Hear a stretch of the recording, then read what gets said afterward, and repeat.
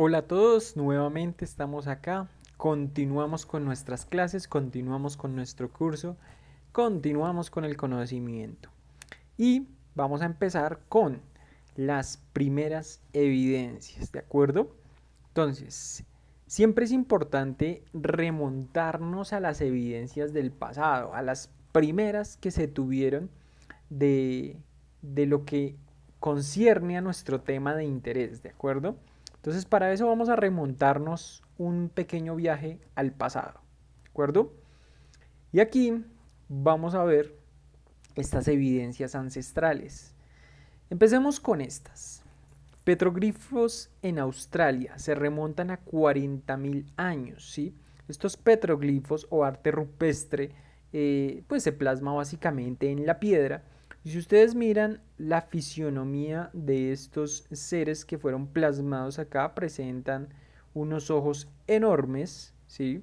Que difieren de su capacidad, de su dimensión facial, son bastante grandes estos ojos que se reflejan aquí y su apariencia difiere algo de la humana. Esto se remonta a 40.000 años, ¿de acuerdo? Miremos estos acá.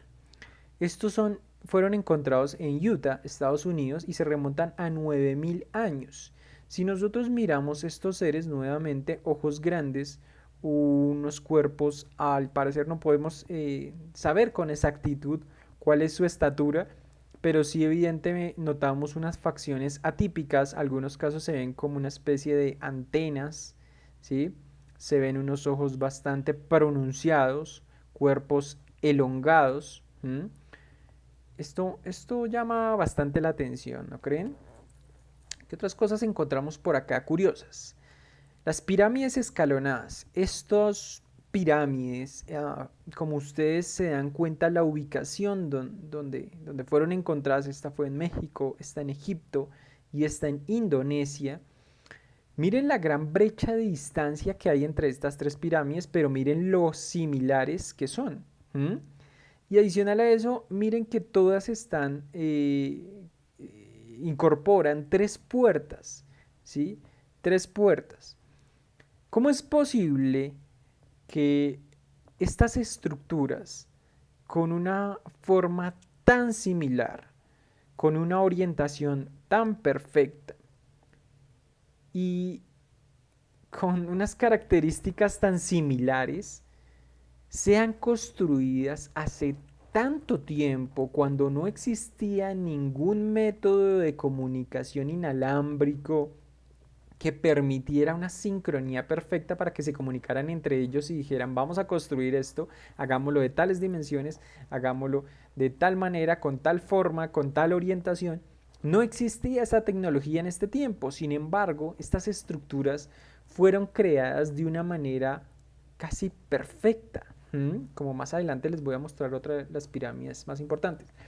Pero es curioso cómo ver esas estructuras tan similares en ubicaciones tan remotas donde no había comunicación alguna y que se parezcan tanto. ¿Cómo lo lograron? ¿Cómo lograron comunicarse? ¿Cómo lograron transferirse ese conocimiento? ¿Quién les transfirió ese conocimiento? ¿Y cuál era la función de crear estas pirámides? Quizás pueda plantear una teoría haciendo mención a que quizás estas tres puertas representaban tal vez el cultivar cuerpo, mente y espíritu. Probablemente lo era, quizás solamente me lanzo una teoría de lo que pueda llegar a ser el equilibrio entre cuerpo, mente y espíritu, que finalmente es lo que nos da la armonía como seres humanos, ¿de acuerdo? Entonces quizás simplemente pueda llegar a ser una teoría, no estoy afirmando que sea esa la razón. Dólmenes. Los dólmenes, estas estructuras, a pesar de lo sencillas que son, es de interés la cantidad de países donde se han encontrado. Se han encontrado en India, Irlanda, Jordania, Alemania, Francia, España, Corea. Y la característica común es que es como una especie de mesa, donde hay unas piedras verticales que sostienen a la vez una placa que está superpuesta en la parte superior de esta estructura. Y estas en su mayoría, o por lo menos las que he podido investigar, también presentan una perfecta alineación hacia el norte. ¿de acuerdo? Todavía es un misterio qué función cumplen, pero lo que se presume es que están ubicados en quizás el cruce de algo que se conocen como líneas ley o líneas energéticas, y que estas piedras lo que hacen es potencializar o marcar o definir estos cruces energéticos y que posteriormente los pueden potencializar. Entonces, quizás están ubicadas en lugares energéticos que por el momento todavía no conocemos el tipo de energía biológica que se pueda llegar a presentar allí, pero que definitivamente no fueron allí puestos de manera casual, y que de la misma forma como fueron creadas las pirámides escalonadas y otros tipos de pirámides alrededor del mundo, tienen una función determinada, y la ubicación precisa donde están es la ubicación en la que tienen que estar para cumplir determinada función. ¿Cuál es? Eso es lo que tenemos que investigar y entender. Adicional a eso es el peso de estas piedras. ¿Qué tecnología se usó en su momento para lograr construir estas piedras que en muchos casos pesan toneladas para posicionarlas a esta altura? Como sucede aquí en Stonehenge, ¿sí? En Inglaterra, uno de los lugares también más místicos que pueden haber alrededor del mundo. Y que este lugar en sí básicamente está orientado y se puede decir que es un referente astronómico de la antigüedad. ¿Por qué? Por su perfecta alineación con los equinoccios y los solsticios. Y como les decía en mi presentación, el equinoccio es ese momento en el año en el cual la Tierra recibe exactamente la misma cantidad de luz y de noche. Entonces esto se le conoce como equinoccio. Estas estructuras, en especial esta de Stonehenge, está alineada de manera perfecta para coincidir con los equinoccios y con los solsticios. Entonces, ¿de dónde surgió este conocimiento?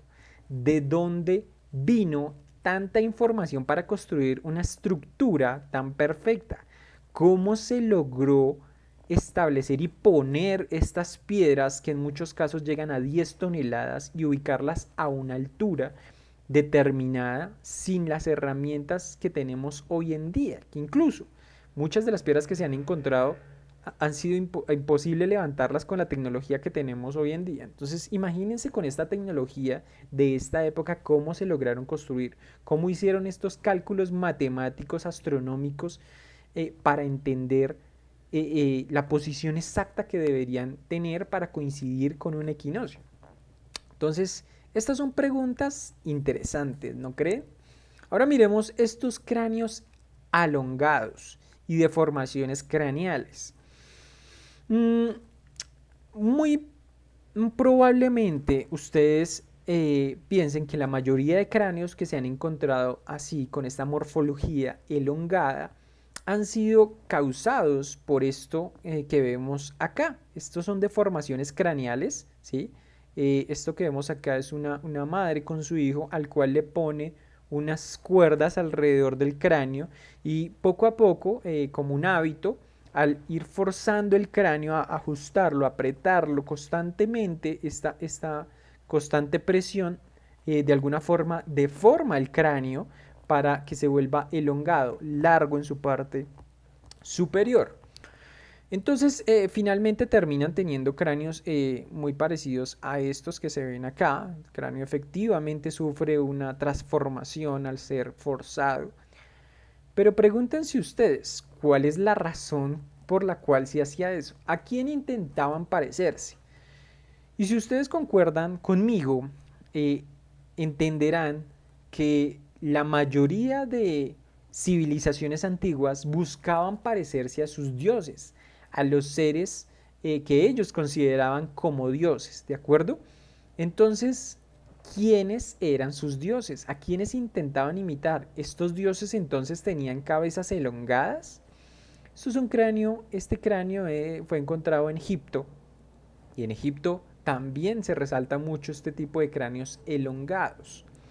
Ahora bien, estos cráneos que ustedes ven acá en la parte inferior son los conocidos como cráneos paracas. fueron encontrados en el país de Perú, y estos cráneos pertenecieron a esta civilización antigua, que fueron los Paracas, y tienen algo atípico. Ustedes podrán deducir que pudieron ser deformaciones craneales como lo que sucedió acá en este caso, lo que se observa en esta imagen. Seres humanos que de manera premeditada hicieron modificaciones en su cráneo para parecerse a estos seres que ellos consideraban sus dioses. Entonces que probablemente los elongaron y que ahí quedaron sus cráneos. Bueno, pues me temo contradecir esa hipótesis porque estos cráneos tienen en especial dos diferencias que los apartan de ser un cráneo humano normal. La primera es que su capacidad cúbica craneal interna difiere de la humana en gran proporción. La capacidad cúbica humana es menor que la de estos cráneos. Si hubiera sido una deformación craneal hecha por humanos de manera premeditada, la capacidad craneal, la capacidad interna del cráneo no se debió ver alterada. ¿Por qué? Porque simplemente se modificó el largo o la estructura del cráneo, más no a nivel interno la capacidad craneal. Entonces, ahí empezamos a decir que estos cráneos probablemente no fueron humanos. Sería la primera teoría. La segunda, las cavidades oculares son mucho más amplias que las de un cráneo tradicional. Y la tercera es que no incorporan lo que se conoce como sutura sagital. Y esta sutura es una especie, valga la redundancia, de sutura, ¿sí? De unión, de interconexión que se presenta en el cráneo de esta manera. Y esta sutura es muy común, obviamente, en cráneos humanos, es lo normal. Sin embargo, estos cráneos no presentan este tipo de sutura. Entonces, es otra de las razones por las cuales se considera que estos cráneos evidentemente descubiertos no son humanos. ¿De acuerdo? Ahora miremos este cráneo pre-inca comparado con el egipcio. También son cráneos elongados, se parecen demasiado, entonces viene la pregunta. ¿Qué cosas comparten estas culturas como la pre-inca y la egipcia? Vale la pena preguntárselo, ¿no creen? Seres no humanos. Entonces, miremos esto. Estos seres que les voy a mostrar acá y algún tipo de arte es atípica. No corresponde con lo que creeríamos normal o con el desarrollo natural del hombre según nos lo ha mostrado la academia. Empecemos con este estilo de arte precolombino. Esto se encuentra en el Museo de Oro de Bogotá, que tengo la fortuna de haberlo conocido y vi en persona estas figuras que tienen un tamaño aproximadamente así, de unos 4 o 5 centímetros aproximadamente, en algunos casos mucho menor. Y estas figuras representan objetos voladores muy similares a aviones. Pero creo que es lógico saber que en la época precolombina ni siquiera existían los aviones. Primero que todo, ¿cómo lograron determinar esa forma? ¿Sí? ¿Cómo lograron determinar que esa podría ser una forma que podría volar? Unos científicos se dedicaron a recrear esta estructura en especial, la primera que ven dorada en la parte izquierda, está acá, y la recrearon tal cual como ustedes la ven a una escala mayor.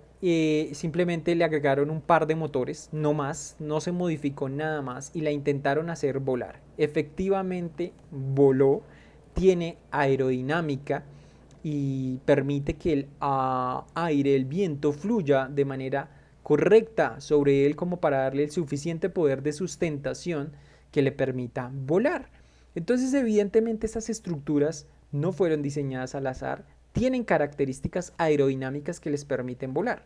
Ahora, ¿de dónde sacaron esta información? ¿Cómo lograron crear en la época precolombina un avión? Es un misterio total. ¿Cómo lo pudieron lograr? Incluso muchos de estos tienen características de lagartos, ¿de acuerdo? Continuemos viendo acá. Este es el monte Nemrut en Turquía.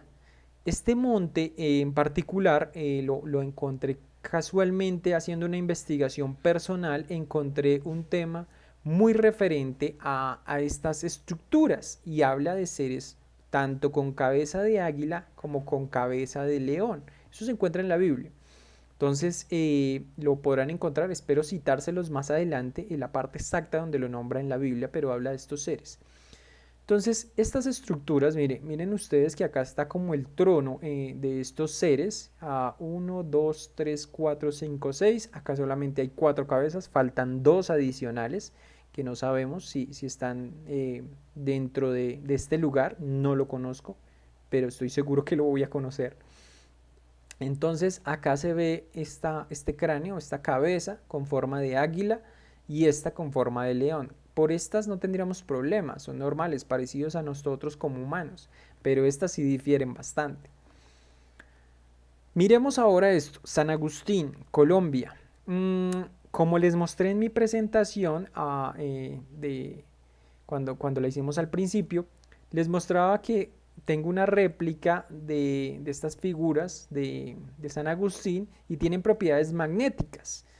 Entonces esa es una de las primeras curiosidades. Segunda curiosidad, como ya vimos, se forma un dolmen, ¿sí? Una estructura con forma de mesa y hecha en piedra. Tercera característica, seres con ojos elongados, muy similares a felinos, con colmillos, una morfología bastante atípica que difiere mucho de la humana. Entonces acá empezamos también a encontrar algo diferente. Lo otro que les explicaba era que allí se supone que son las tumbas. Ustedes, si tienen la fortuna de visitarlo, van a encontrar los agujeros, los huecos, donde presuntamente fueron enterrados estos seres, pero no hay ni un solo rastro de estos seres, no hay ni un solo hueso, ni una sola fotografía, no hay absolutamente ninguna evidencia de estos seres. ¿Qué pasó con ellos? Literalmente o los desaparecieron o desaparecieron de la faz de la tierra. Solamente quedó estas sus estructuras, las estructuras que ellos construyeron. Miremos este, figura de hombre con cabeza de león en Alemania. Esto data de 32.000 años de antigüedad. Es una de las figuras de las estatuillas más antiguas de las que se tiene conciencia a la fecha. Está hecha en marfil. Y como ustedes ven, también tiene un rostro felino, una cabeza de león. ¿Por qué harían una cabeza de león, un ser con cabeza de león? ¿Lo vieron? ¿Lo imaginaron? ¿Fue uno de sus dioses? ¿Quién fue? Esta es la diosa Semhet de Egipto. Evidentemente no hace falta ampliarlo, se ve una cabeza de león, ¿sí? Con un disco en la parte superior de su cabeza, que causa mucha curiosidad, ¿no? Causaría mucha curiosidad nuevamente la cabeza de león. Entonces acá podemos tener en cuenta un factor común que nos representa una figura felina, ¿de acuerdo? En la parte inferior vemos un ser con cabeza de lagarto. Esta estructura, esta estatuilla fue encontrado en México y está en uno de sus museos. Evidentemente es un ser con cabeza de lagarto sobre lo que parece ser una nave, ¿de acuerdo? Nuevamente por acá por Sumeria encontramos estos seres alados, seres con alas, cabezas de águila en muchos casos. Acá les quiero mostrar, bueno, esperen un momento si les alcanzo acá a mostrar, se ve acá un sistema solar de estos seres en Sumeria. ¿Cómo sabían de un sistema solar? ¿Cómo sabían? ¿Cómo determinaron cómo era este sistema solar? Y acá nuevamente la cultura sumeria. Esta figura es de una, al parecer, femenina, con cabeza de lagarto, y se ve acá en esta figura, al parecer tiene una criatura la cual está amamantando, pero tiene forma, morfología reptil, y esto data de 7.000 años de antigüedad. Por último, acá tenemos la mitología mochica. Esto se encuentra en Perú, estas estatuillas, y representan los dioses de esta cultura. Nuevamente, seres con rostros, cabezas de águila, de lagarto, con colas. Acá no se alcanza a apreciar, pero estos seres presentan una cola. Entonces, ¿qué tal estas evidencias? ¿Qué tal estas cosas? Entonces, les voy a dejar una frase con la cual siempre he identificado y es: no es falta de evidencias, es exceso de paradigmas, ¿de acuerdo? Lo que no nos permite ver la realidad. Entonces, continuemos acá. Los ovnis en el arte. Esta es la Madonna de San Giovanni del siglo XV.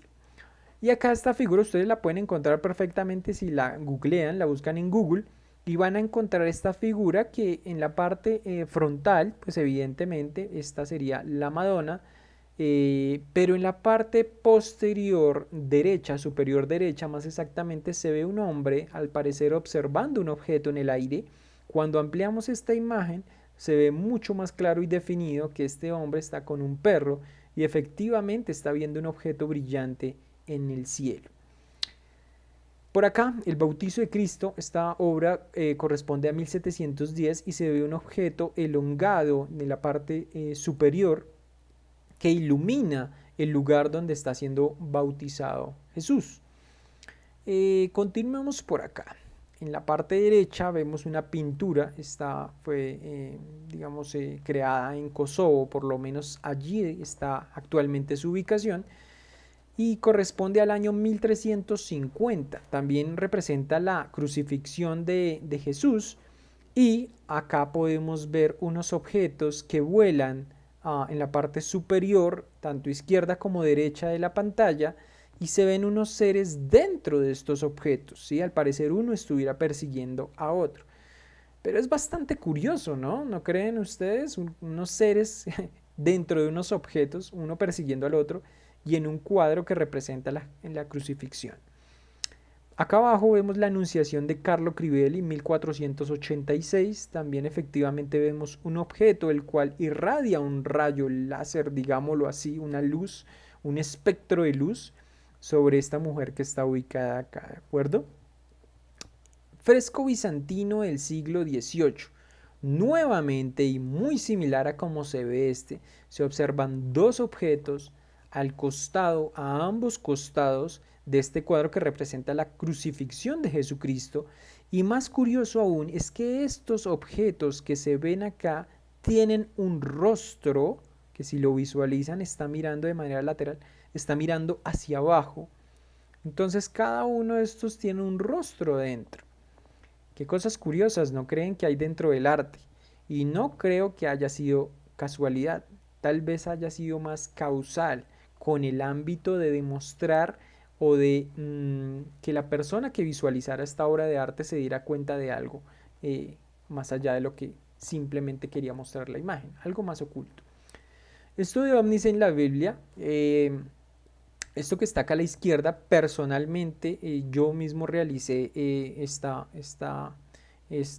resalté esta información dentro de la Biblia. Yo tengo una Biblia por acá de la cual tomé esa información. Es esta Biblia.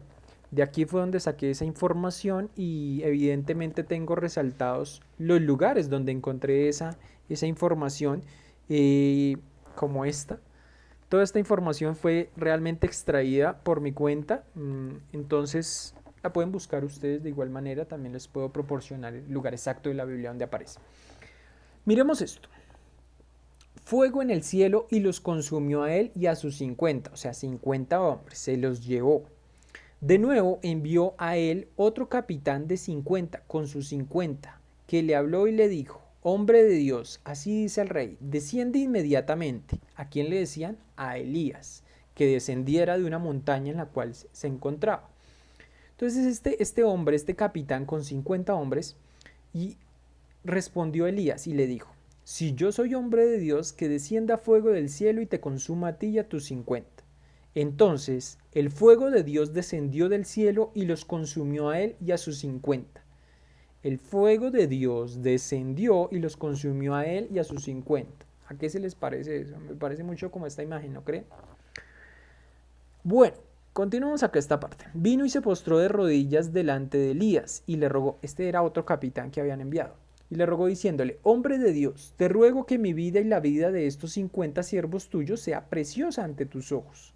He aquí que ha descendido fuego del cielo y ha consumido a los 2 primeros capitanes de 50 con sus 50 hombres, se refiere. Mas ahora sea mi vida preciosa ante tus ojos. Es decir, lo que sea que haya sucedido se llevó a 100 hombres, ¿de acuerdo? Se los llevó literalmente. Otra cita por acá. El aspecto de las ruedas y sus hechuras era como el brillo del crisólito, y las 4 tenían la misma forma. Está hablando como de 4 objetos que tenían la misma forma. Su aspecto y su hechura eran como si una rueda estuviera dentro de otra rueda. Entonces lo más probable es que la parte exterior estuviera quieta y la del centro girando, o la exterior girando y la del centro quieta. Entonces eso podríamos llamarlo una rueda dentro de otra rueda. Recordemos que ellos se expresaban con lo que conocían en su momento, ¿de acuerdo? Con la tecnología y lo que podían conocer, por ello lo comparaban con lo que tuvieran en su momento. Ahora bien, miremos esto. La estrella que había visto en el oriente iba delante de ellos. Esto se refiere a la estrella de Belén, hasta que llegó y se detuvo sobre el lugar donde estaba el niño.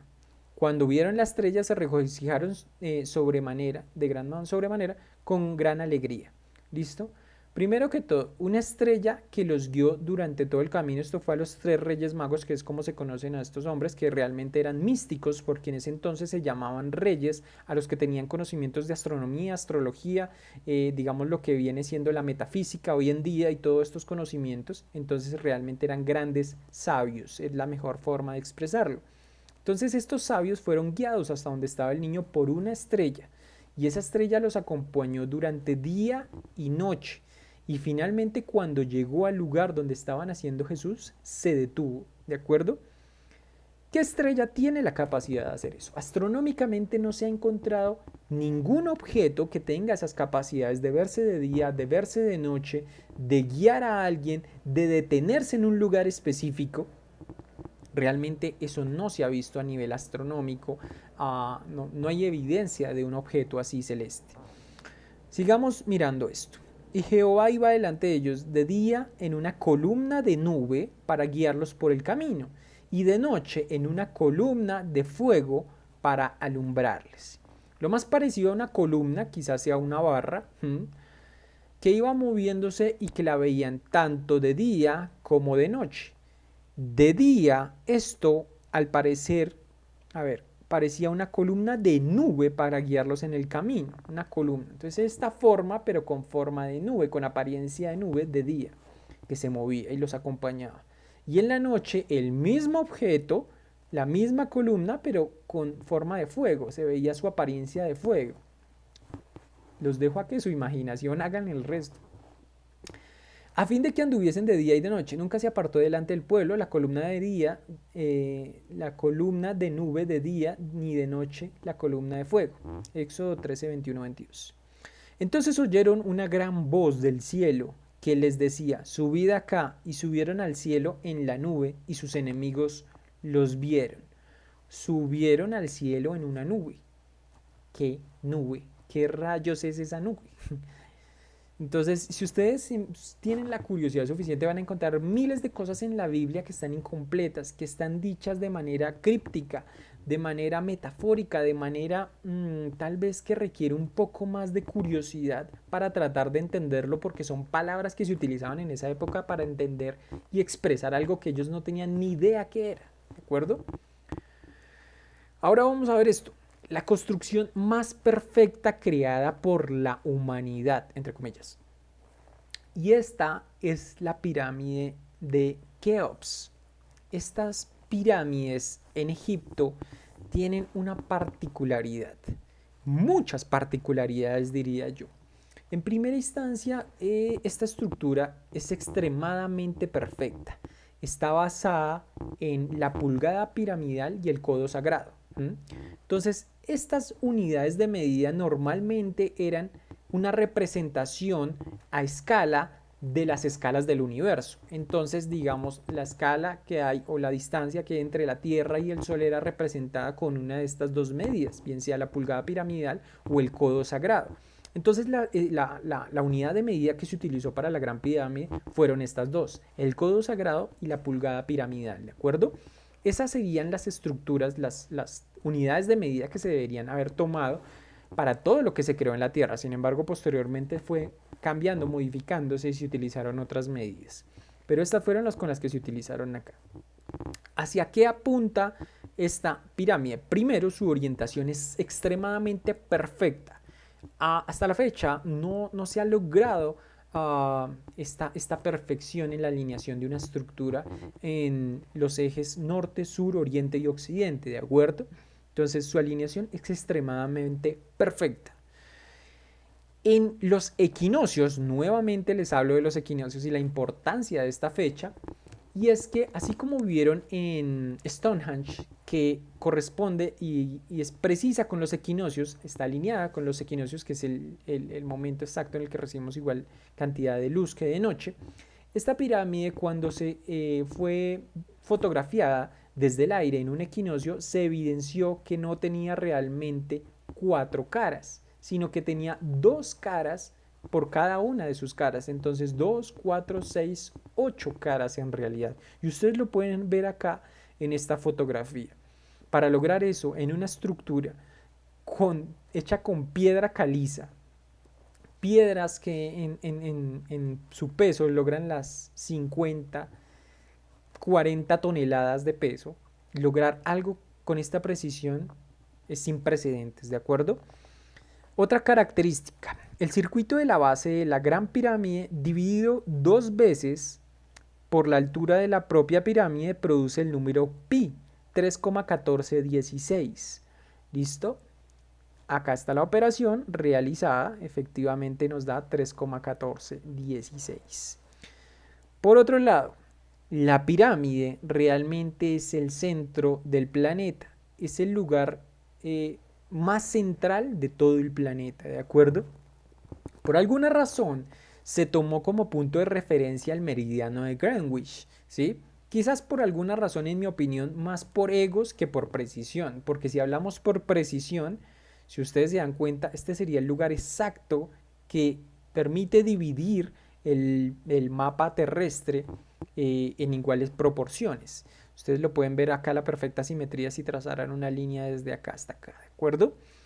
La Gran Pirámide es el pivote del mundo porque su meridiano divide los continentes en este y oeste. De todos los meridianos, el de la Gran Pirámide es el que mejor divide la Tierra habitable en 2 superficies de tamaño semejante.